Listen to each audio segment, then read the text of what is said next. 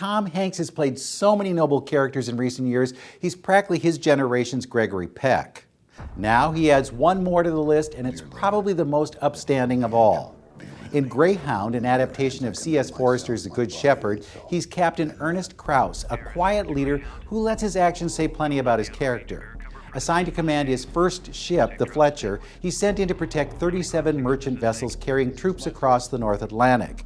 Now the trek is dangerous because there's a stretch where surveillance aircraft can't track German submarines. That means the men aboard have to beware of a blockade that could be very deadly. Much of Greyhound, the ship's code name, takes place in cramped rooms where Hanks is making snap decisions. Because this is World War II, he doesn't have sleek equipment at his disposal. Instead, he uses unsharpened pencils and crude maps to make his decisions. The men, meanwhile, hang on his every word.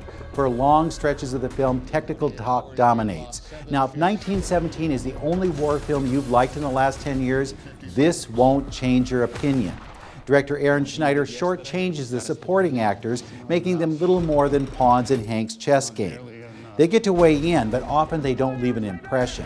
Instead, Hanks, who also wrote the screenplay, commands the action that doesn't take place outside. He's a humble sort who pads around in slippers given to him by his longtime girlfriend. He avoids eating just to stay in the game with the men he's assigned to protect. Now, Hanks, the writer, is enamored with war jargon, spouting coordinates with abandon and shepherding his ship like it's in a regatta.